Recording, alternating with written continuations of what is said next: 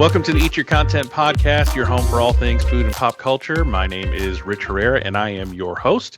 Just a reminder to follow me on socials, Instagram, Twitter, Facebook, TikTok, YouTube, at Rich Herrera and at Eat Your Content, and a couple of programmer reminders. Top Chef recaps all season, so make sure to like and follow on YouTube or your preferred podcast platform of choice, and turn on those notifications so you know when new episodes are going to drop. So, joining me today, as always, as we journey through the latest season of Top Chef, is my friend and chef extraordinaire who never gets bogged down with things, Chef Amadeus. Welcome, Chef. Hey, how you doing, man? I'm excited about this week. It was a fun week, so I can't wait to dive into it. Yeah, see, I can do dad jokes like Tom. I heard Yeah. that. So let's get right into it. We got a lot to talk about tonight. A lot of cool things. We have a double elimination we got to talk about. We got a two-parter LCK to talk about. We got Savannah's War Mirror to talk about, and just a really cool, interesting elimination challenge. So let's jump right in. Speaking of the War Mirror, what did you think about Savannah's War Mirror? I loved it. I thought she had, she's got her head's in the game. She's studying the game really well, and she's using this mirror in her hotel room as a kind of a motivational poster and just a place to brainstorm. What did you think about that? You mentioned in previous pods how you tell younger chefs to always keep a notebook on them, and in her case, she's got a mirror in front of her.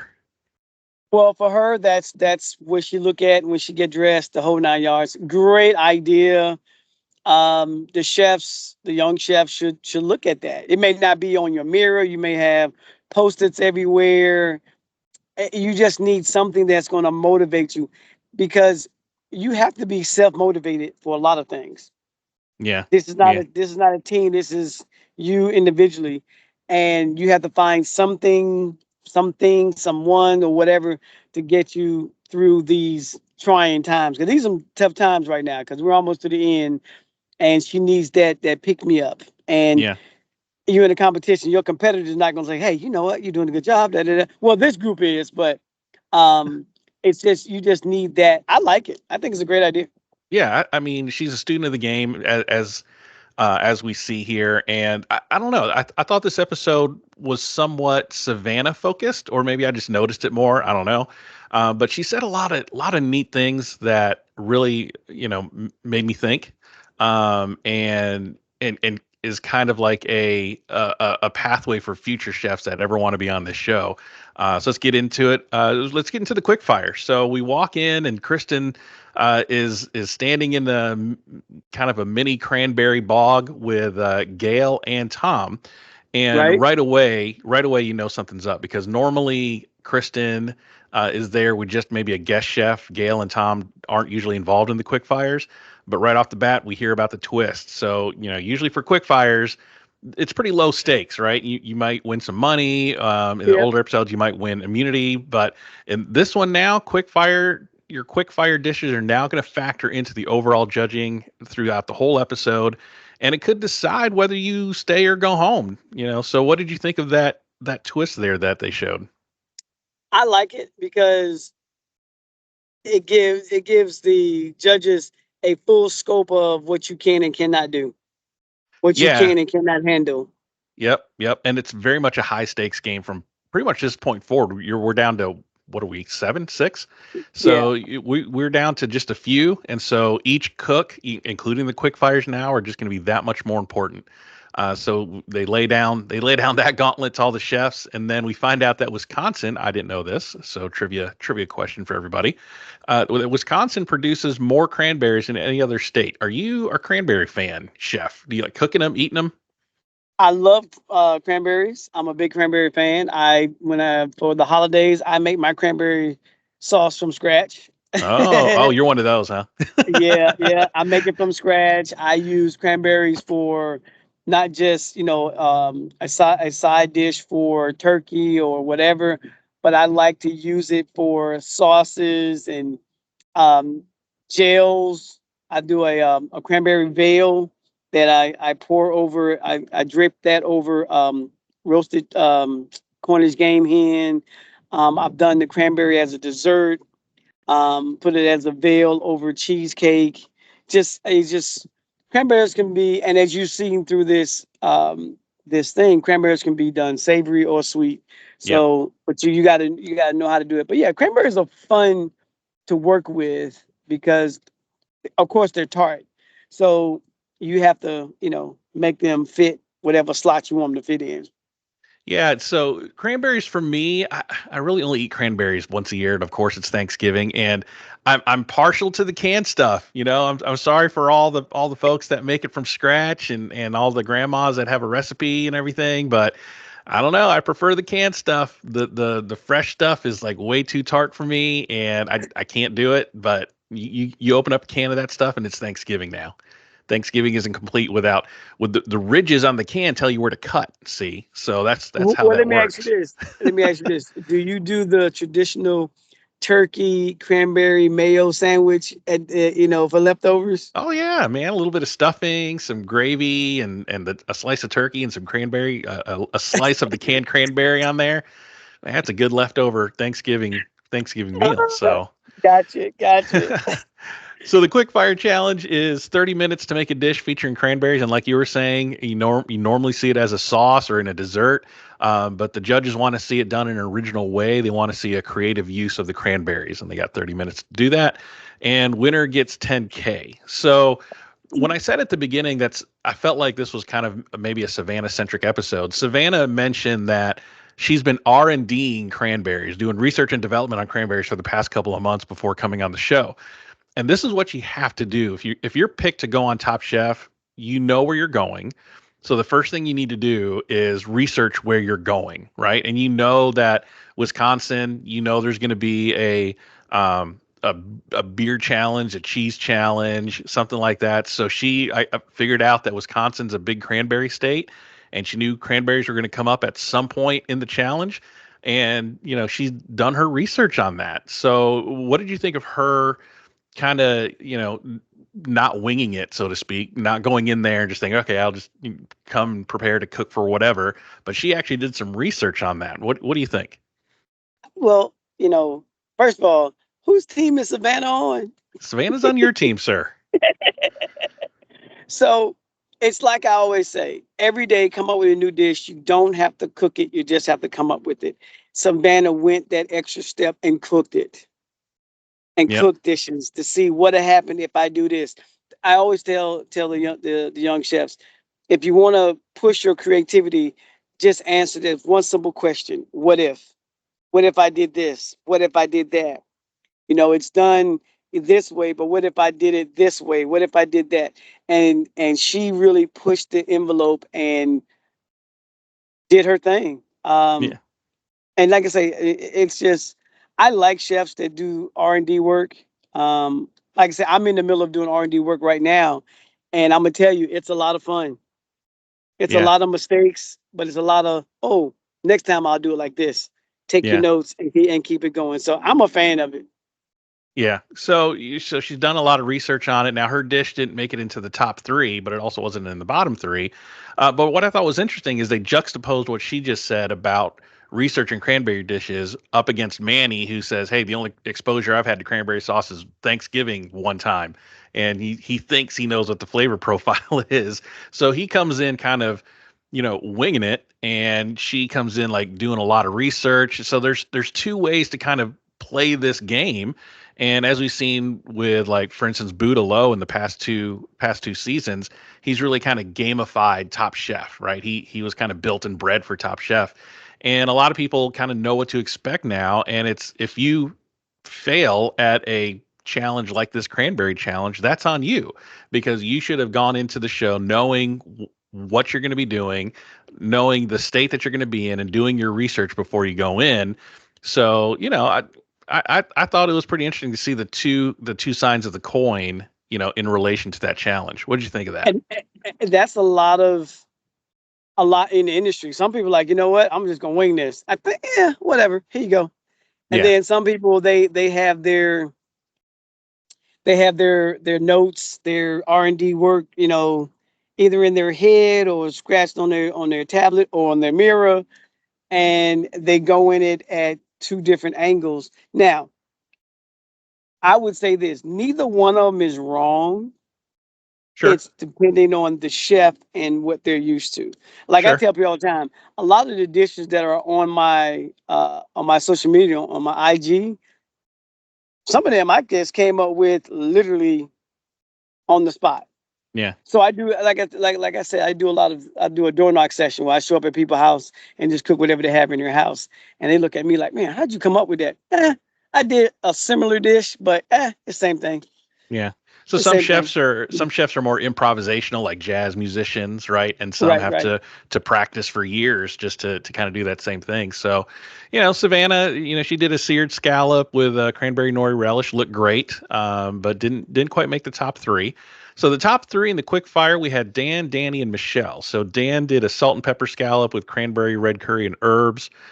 Danny did a cranberry poached sea bass, which looked just stunning, just a Yeah. stunning looking sea bass, with a cranberry panade. And then Michelle did a cranberry beet soup with seared foie gras and maple mascarpone. So with Dan's dish, they said that the judges thought that he took a cranberry sauce texture and flipped it on its head. With Danny, they said the sea bass was perfectly cooked and there was an impressive multiple uses of the cranberry. And then with Michelle, she got some sweetness from the beets, richness from the foie gras, and it was a good balance with the cranberry tartness. Tom called it kind of a cranberry borscht, which it did kind of look like a borscht, when you're Yeah. looking at that. So, what do you think of these top three on here? Do we think we have the right top three looking at those dishes? Looking at all the dishes that were up? Well, I do because they pushed the envelope over and over and over. Michelle, that's my girl. Hmm. She did a borscht, but with her own little twist on it. You see Yeah. what I'm saying? They Yeah. know the technique. She knows the technique on how to make a borscht. All right, cool. Now let's flip it on the head. Um, and then like I say, the chefs are taking these dishes because they know Tom is walking around. They know Tom's walking around, and when he's walking around, he can be 20 feet, from you and can tell you what you're getting ready to do. And so they're always pushing the envelope. And that's what I'm loving about this part of the show. And I said this before, more food, more creativity will come out after Restaurant Wars. Yep. Yep. So the winner of the quick fire was Danny. So he Yes. won. He won 10K, and so they asked him how much quick fire money he's got, and he's got $43,000 in quick fire cash. So that is Man. an impressive amount of wins and an impressive amount of money. So Danny wins. Now the bottom three of the quick fire. Now the bottom three again in quick fires used to really not matter so much. You could get a little experimental, try some things, and not have to really worry if you're on the bottom three. Now, if you're on the bottom three, it could determine whether you go home. So here's who's on the bottom three. You had Laura, Manny, and Amanda. So Laura did a cranberry and walnut fezzajon with pork, and Manny did a pork tenderloin with brandy and cranberry sauvignon, roasted radicchio, cranberry and orange vinaigrette. And Amanda did a corn and cranberry hoe cake with fried chicken and cranberry maple sauce, kind of her take on a chicken and waffles. So the judges thought that Laura's dish was kind of grainy. She used walnuts and she blended it, and it just kind of turned grainy. She didn't really throw it through a But she sieve knew to smooth it that. out. She knew that because she said it. When she Yeah, yeah, tasted it, she said, it tastes good, a little grainy. So my thing is, if you taste it and it tastes kind of grainy and you know it's going to go in front of the judges, do something. yeah. Strain it, Strain it. so do something to it to make it not grainy. Because if you taste it grainy, what do you think the judge is going to do? Right, right. Yeah, I don't know if she was hoping that others would be worse than hers, but yeah, you knew it was grainy and you still put it out. So don't be surprised that you find yourself on the bottom. Manny's pork tenderloin. They said that Kristen said she got lost in the Sauvignon a little bit, and with Amanda, they didn't think she was creative enough in her cranberry use. She just made it a sauce, which is kind of what they told her not to do, and Right. and she turned it into a sauce. Which I mean, the dish on its own looked great. I mean, I love a good hoe cake, I love a good fried chicken, and a maple cranberry sauce sounds terrific, but you were supposed to showcase the cranberry in a creative way, and Amanda didn't do that. What do you think? Yeah, I mean, I think Tom said it's a good dish, but it's not what we're looking for. Right. She said the same thing, She could have did more and everything like that. So it's like in those 30 minutes, all you made was a pancake, fried chicken, and made a cranberry sauce.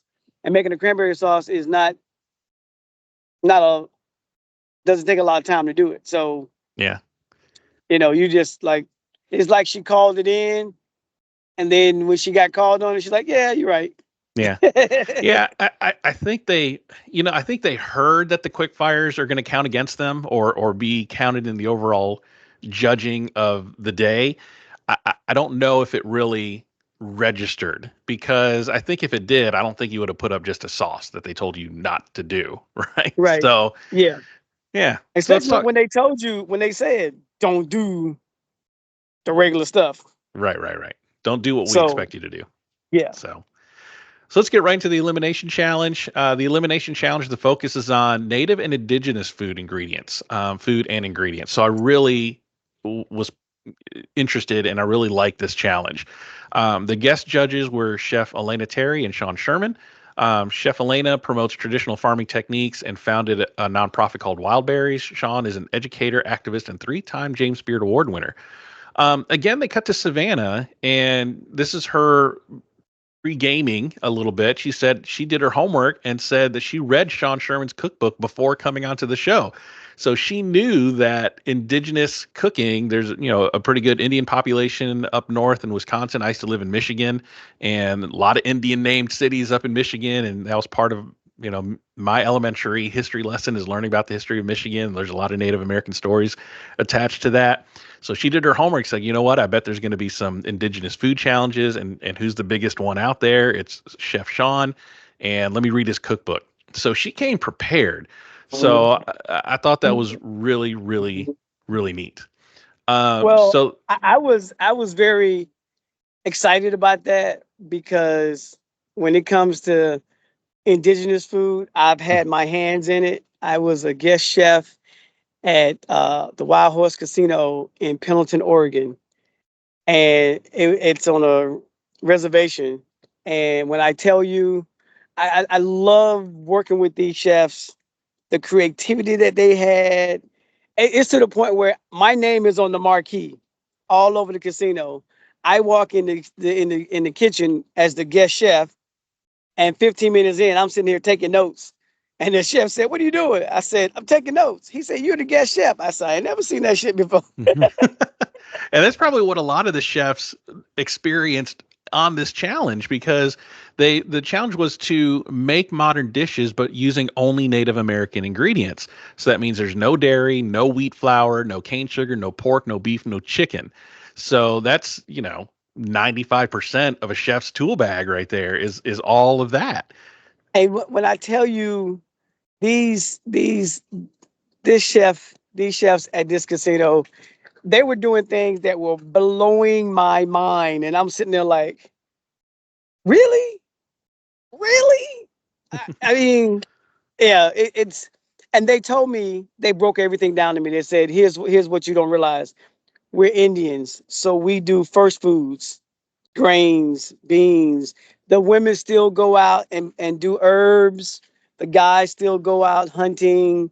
It's just and to sit there and listen to them talk about everything that the reason they do things, where they go get them from, and how they were taught as a kid. I mean, it was just amazing. So I was really excited to see what these chefs would do with this indigenous food. Yeah, and to add to that, there's no shopping today, so no Whole Foods field trip because Yeah. they're going to be using a pantry that was curated by Chef Elaine and Chef Sean to make sure that it's nothing but indigenous ingredients that are being used. So again, I just think this is a great challenge. Chefs can't hide behind a cup of cream or a pound of butter and save a dish, and so it was really really interesting to watch, and they're probably using ingredients that they've never seen before. So, like what you're saying, a lot of beans, a lot of herbs, a lot of elk and rabbit and duck, and a lot of different things that they don't use all the time. So to kind of get their wheels turning, the chefs kind of go back into the stew room area, and they're treated to a full feast, a Native American feast and trying to get some inspiration. So they all got their notebooks out. They're all taking notes. And Dan says there's no better way to experience a culture than through its food. And I think that's just a great saying and so true, right? You I was told when I was in Seattle learning Japanese cuisine, I was told if you learn the culture, the food will come easy. hmm So if you learn the culture of the Indians, the food will come easy because it's like this is why they do what they do, how they do it. Um, and ever since that chef told me that, Chef Jeff, I was like, man, that makes so much sense because learning how to do he told me that doing Japanese cuisine, but then I go to Haiti, it's the same thing. I'm a guest chef in Haiti. I'm learning their culture and how and why they do things, and it just makes sense. So learning cultures, even when I was in the military, one of the big things I took from there was the cultures. Learn somebody's culture, and then you understand why they do what they do and how they do it. So it just makes sense. Yeah. Yeah. So while they were all eating and talking, Kristen mentions, there's not very many or hardly at all of any Native American restaurants, on a high scale. And asked the chefs, like, have any of you ever eaten at a Native American restaurant? And none of them raised their hands. None of them have ever eaten at a Native American restaurant. And Chef Sean, one of the guest judges, says, and that's a problem. He says we should be normalizing indigenous foods, not just here, but on a global scale, and celebrating these diversities everywhere instead of trying to homogenize everything. And they cut to Amanda, and Amanda says that the culinary world sees things through a lens of colonization. So I kind of want to take a side note, a side conversation about what Amanda said. I thought that was very interesting and very enlightening to hear what she had to say. When you think of like authentic is such a tricky word in the culinary industry, right? Like what is authentic? So my best example is like, I'm a moderator on a big foodie group on Facebook. It's called The Scoop. And somebody will post on there, "Oh, I went to this banh mi place and I had this authentic Vietnamese banh mi." And I'm like, "Dude, a banh mi in Vietnamese isn't even authentic to Vietnamese. You think they just had French baguettes running around in Vietnam back in the day?" I said that didn't Well, come into play until, French colonization took over and then it became part of the culture there. But if you're talking strictly authentic Vietnamese, that baguette right there is already disqualifying you. So I, from a chef's perspective, when Amanda said that about we see the world through the lens of colonization, what did you think about that? okay. I have I agree with that because here's my biggest issue right now. The food bloggers out here that are going around saying, "Oh, this is authentic, whatever it is, Jamaican, whatever it is." If you've never been to Jamaica or the Philippines or anywhere, how do you know what it is? That's right. Perfect example. I cook Puerto Rican cuisine, okay? That's what I do. I've had some bloggers tell me this is not authentic. And I say, did you cook this as a kid growing up with your Puerto Rican grandmother?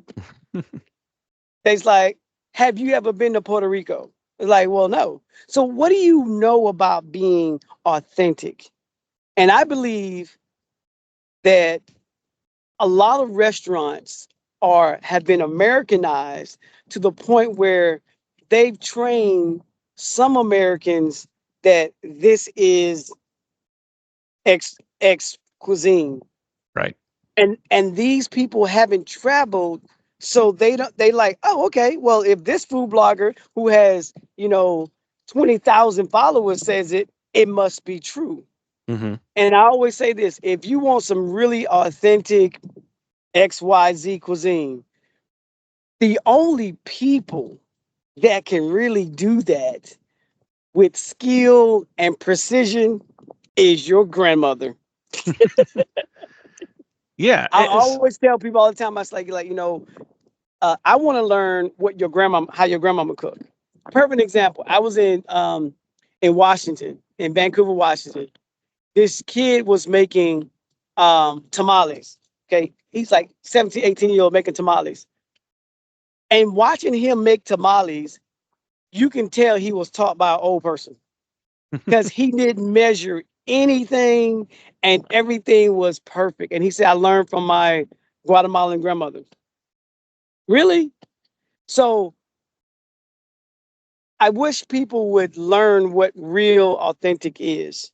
And because it blurs the lines of, like you say, authentic. Is it authentic? Why is it authentic? You've never been to France. You've never been to Japan. What makes it authentic? Right. That's the problem. I wish people would take culinary trips and go to and learn the culture, Yeah. learn the food. Because here's the thing: if you go to a restaurant, I went to an Ethiopian restaurant, and they were like, "Well, there must be a language barrier." I'm in an Ethiopian restaurant. There's no language barrier. You're Ethiopian. I'm not going to tell you not to speak your language. Hmm. So that's what I like to do. I like to go to these restaurants, if it's a Puerto Rican, Mexican, or whatever, and soak in the culture and stop saying, "Oh, I don't like that. You got this." Everything you're adding on is Americanized. It's not authentic because you're used to putting ketchup on everything. Yeah. Yeah. I mean, you go to like, a lot of things what Amanda was saying about colonization is so true. Like, do you think orange chicken exists in China? Do you think General Tao's chicken exists in China? If an Duck American sauce is not in saw, China. yeah, right. I mean, if an American saw actual Chinese food, they'd probably be scared to death to eat it.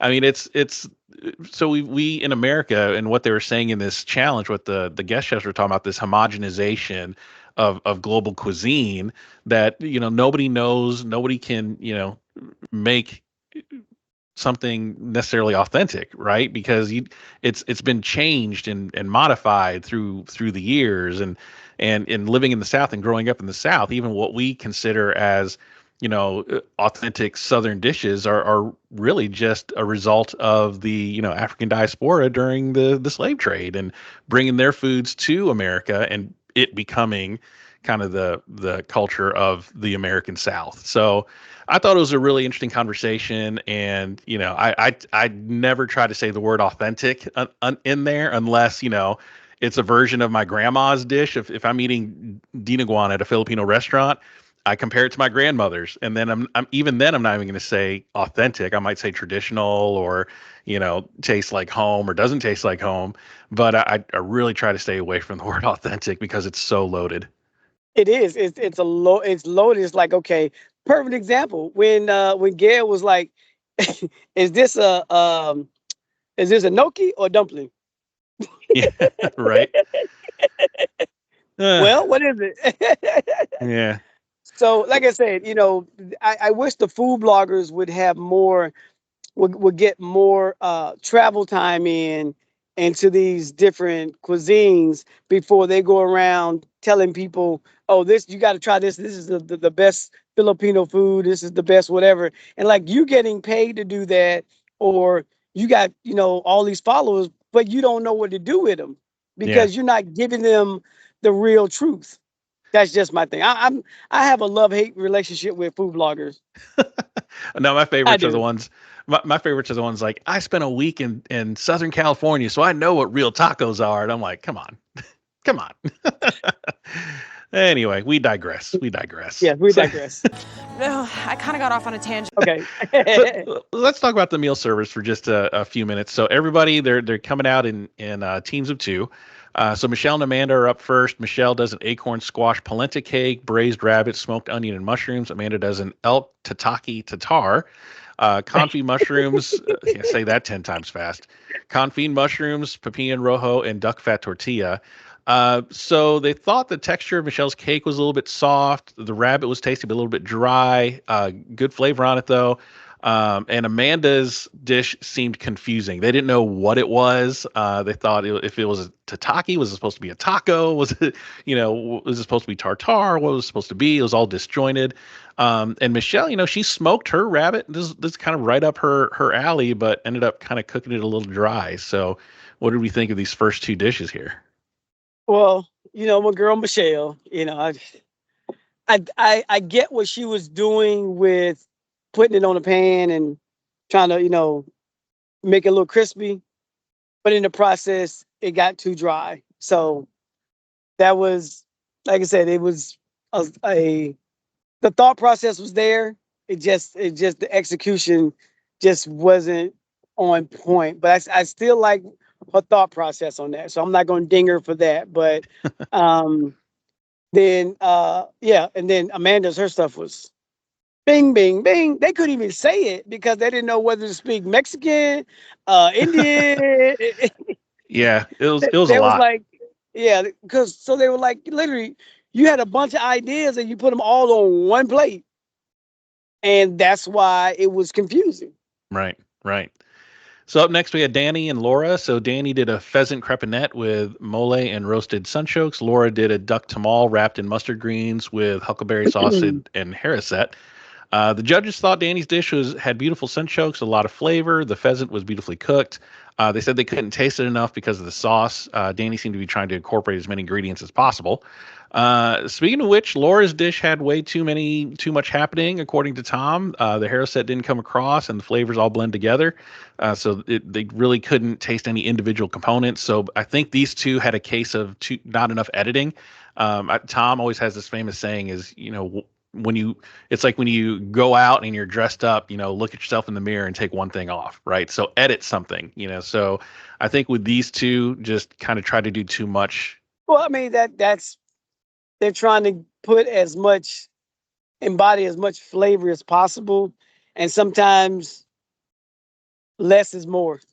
Simple is better, right? Simple is Yep. better. So we come up to Dan and Sue. Dan did a sunflower choke with braised goose and aronia berry puree. Sue did a roasted butternut squash, hula loche puree, and a wild rice gnocchi. So Sue's dish had a brightness and a beautiful simplicity, according to Gail. You just can't really call it a gnocchi. Dan's dish honors his one central ingredient. I thought Dan's dish was really great. He really concentrated on one ingredient, which was the sunflower, and used a lot of different components to it. I thought it was really smart. And opposite of what a lot of the chefs did by using too many, he kept things simple. He even did a foam, which normally is pretty pretentious. And even Kristen said she doesn't like foams, but it made sense in this dish. So what do we think here? He said, I think Sue had some problems with the gnocchi. I think he just had some problems with Yeah. the cook and trying to make it into what he wanted it to be. Well, let's go with Dan. I've become a big fan of Dan's. Me too. He is he is he's not on my team, but I become more every week. I become a bigger fan of what Dan is doing. Um, yeah, he's doing his thing, and I guess I feel like he has a lot to prove in such a short period of time, but he's just killing it. Yeah. His knowledge of product is amazing. His taste, his texture. Yeah, yeah, Dan's good. Yeah, Yeah. I'm a fan of Dan. Sue, I think Sue's biggest problem is, and we've said this before, he has too much time on his hands because he came in through the quick fires. So he's just cooking without thinking. Now he's thinking and watching other people. And when I'm coaching, I always tell people, do your thing. Don't worry about what anybody else doing. You know, do your game. Your game plan is XYZ. That's what you stick with. Don't look over to the left and see somebody doing something like, oh, I guess I need to do that too. No, don't do that. And I think that's what Sue's problem is. Because as you notice, when he got back in the game, he has not been at the top. He's been in the Right. middle and leaning toward the bottom. Yeah, yeah, I would agree with you on that one. Sue, well, in this one, Sue actually did pretty good. He ended up on the top of the judges table, which was surprising to me. But yeah, I think he came from Last Chance Kitchen, and then I think he was trying to find his way through the main competition and trying to find his footing. But yeah, the wild rice gnocchi I thought was an interesting take of trying to make gnocchi in a different way. So. It did well for him. He was in the top three. We'll talk about that here in a little bit. And then the final two, you had Manny and Savannah. Manny did a duck breast with braised mustard greens, wild rice cake, ancho, guajillo, and plum sauce. Savannah did a squash and maple jelly cake with aronia berries, grapes, and plum jelly. Kristen curses at how amazing Savannah's dessert is. It came together beautifully and by accident from the sounds of it. Yes. She was trying to do something and it turned into a jelly cake, and it was just a little happy accident, kind of like how the And French monks tried to carbonate wine and voila, you have champagne. The Franciscan monks thought they were making white wine. Somehow the bottle carbonated. Voila, champagne. It wasn't the intention. So yeah, she did a good job on that. I mean, the presentation was nice, and I like the way that she reacted when she tried. Like, wow, oh well, I'm not what I wanted. Not bad. So let's run with it. yeah. So I mean, great job. Another happy accident. And they got Manny pegged now. So Manny, they were like, oh, we know what Manny's going to do. He's going to do a sauce, a protein, and then something else on top of that. So he's kind of Manny put himself in this box, right? And he hasn't cooked himself out of it. It's going to be some sort of sauce. It's going to be some sort of starch, and it's going to be a meat on top of it. I mean, there is some creative play within that structure, but when the judges can predict what you're going to do, that's probably not a good thing on Top Chef. Yeah, because as soon as it came out, oh, we know who this is. Yeah, they didn't even have to guess. Yeah. we know exactly who this belongs to. And sure enough, he comes out. They're like, oh, I knew it. Yeah. Now I'm hoping that he catches on like we caught on. Yeah. To be like, you know what? Let me change it up a little bit. Yeah. Because if especially when they're doing like a blind tasting or whatever, they're like, oh, I know who that is. Okay. Mm-hmm. And they also can predict what his flavor profile is too.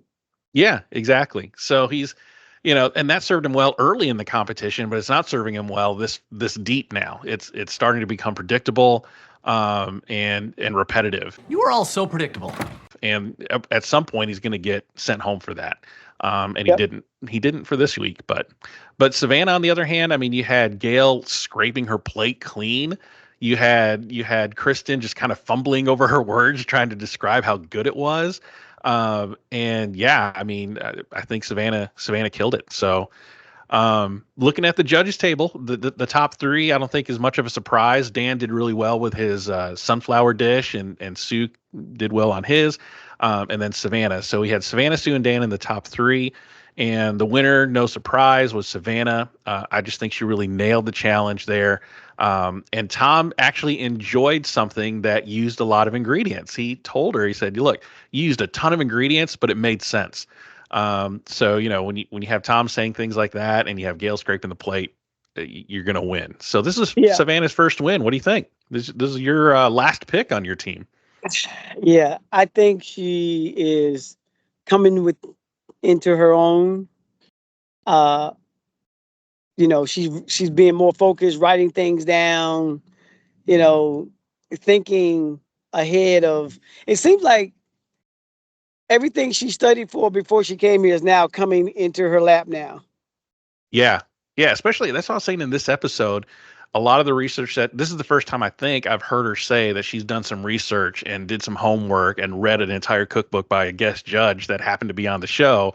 And it really paid off for her in this particular episode. So Savannah, and that's what you have to do now. We're 21 seasons into Top Chef. You have to study. You got to research. You got to know what you're doing. It's almost like I watch Survivor too every week because I like Survivor. And that's what's happening with Survivor. You have these kids that are coming on the show that make 3D versions of the puzzles and know what the puzzles are before they get on the show. And so that's the game now. So it's not just who's the best cook, but it's who's the most prepared and best cook. So I think Savannah showed that in this episode. She on the did, bottom, and it shined through, and I was happy that she finally got her win. Yep. On the bottom three, you had Michelle, Amanda, and Laura. So their dishes were not the favorites. And we talked about a double elimination at the beginning of this episode, and here it was. So we have a double elimination of Laura and Amanda, one of yours, one of mine. So I think Laura and Amanda both had the problem we talked about earlier of just not editing. They got all these ideas in their head and it's banging around in their skull and they just feel like they got to put it on the plate. And that's what happened to both of these. I think Michelle's quick fire saved her from going home. Most definitely. That quick fire was on point. So even she said that she hoped that her quick fire would propel her to stay one more week. So yeah, Yep. it was a quick fire. Yeah. So Laura, Amanda, the double elimination happens. So they both go straight into Last Chance Kitchen, where Kevin is waiting. The reigning Last Chance Kitchen champion is waiting for him there. And this was a two-parter, which is really interesting because the first part took a lot of time. The first challenge was to so they go into Last Chance Kitchen and Tom's there to greet them. And we have what is probably right next to Restaurant Wars, another staple challenge in Top Chef in some way, shape, or form. It's the mise en place relay race. So the first part of Last Chance Kitchen was this 5-ingredient relay race. They had to do things like separate eggs, debone a chicken, supreme citruses, oranges and lemons and limes, shuck and kernel ears of corn, chiffonade kale, all these things that, these are executive chefs or restaurant owners of their own that they probably have people doing for them. And even Kevin was like, oh my God, my arms are sore from having to do all this prep work. Like he probably hadn't had to chop that many onions since his culinary school days. What do you think? Probably. What do you think of the mise en place relay race? I like it. Yeah, I really do, and I like it because I've seen chefs come on shows that they don't do mise en place. They have their sous chef. They have everybody else do their mise en place except for them. Well, on Top Chef, you ain't got no sous chef. You have to do everything. I mean, like when I was on Extreme Chef, there was a chef that literally said, I did my sous chef normally does this. Well, where's your sous chef at then? If you don't do it, why we have right. you on? Let's bring on your sous chef. One couldn't do. She was supposed to be filleting the fish. She was stumbling over the fish because she said her sous chef does it. And then there was another show. I think it was Top Chef. Not sure, but she's like, well, I haven't done mise en place in so many years. Yep. That bothers me because when I show up at restaurants to be a guest chef or somewhere to do a demo, they're shocked that I showed up to do my own prep work. I'm like, well, yeah, it's my dish. Because when I was a young cook, I've had chefs that show up at restaurants. They send you the recipe and tell you dice this and dice that and, all these. But then when they get there, they're mad because it's not done right. Well, you wasn't here to guide us. You just said, do this and walk in and start cooking. That's, to me, I think that's just being rude to the industry, being rude, treating the cooks, any cook, like they're beneath you versus on your team. I don't like when chefs do that. They just send the recipe and be like, I don't know how to do that. Yeah. I don't know how to do it. So yeah, Yeah. like I said, when a chef doesn't know how to do mise en place, that bothers me a lot. Yeah. And that's another thing with Top Chef. Like if you plan to be on the show, if you want to be on the show, the mise en place challenge is going to come up in some way, shape, or form. You better blow the dust off those skills if you haven't done it in a while because it's coming. So the relay race, they have to do 5 ingredients. When you're done with one, you call for Tom to come over and check, and then he says you go on and move on to the next ingredient. So Amanda won the relay race. She was able to prep her 5 ingredients first, and then Kevin was second and Laura was last. So as the winner, Amanda gets 30 minutes to cook. Kevin came in second, so he gets 25, and Laura came in last. She only gets 20 minutes to cook, and they have to use the 5 ingredients that they prepped. So for the dishes, Amanda did all the citrus. She took all the citrus off the table, which I don't know. I mean, I know she used it for her cake, but I have to think it was gamesmanship too, because every dish needs some acidity, and the easiest way to get that is through some citrus. But she took it all, so I thought that was pretty interesting. But she made a citrus cake with Pernod Sauvignon, cheddar cheese frico, and bruleed citrus. Kevin did a chicken thigh and breast with confit onion, roasted corn chicken, and mushroom bouillon. And Laura did a grilled sea bass with kale and tahini, yellow harissa, and olive tapenade. Of those 3, that citrus cake looked pretty good. I got to tell you, that dessert looked really good. So Kevin ended up getting eliminated. My guy, he was killing it in Last Chance Kitchen. I just said it last week. He's killing it in Last Chance Kitchen, and he got eliminated in this first round. And what got him eliminated was crazy. It was his chicken breast. Tom said the chicken breast was too dry.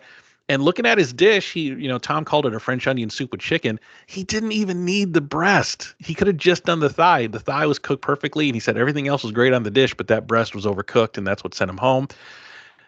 You got to wonder why he put the breast on there, right? The breast is Well, notoriously hard to cook, and it's easy to dry out. The thigh is a lot more forgiving. He should have just left it with the thigh. What do you think? I think because one,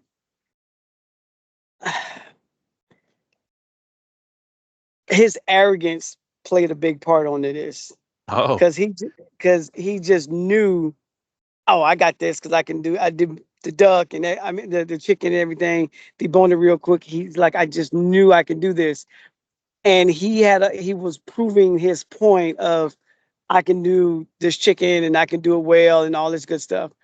But here's the other thing I noticed about him: the more wins that he gets. Now, correct me if I'm wrong. Now, the more wins he get, the thicker his French accent gets.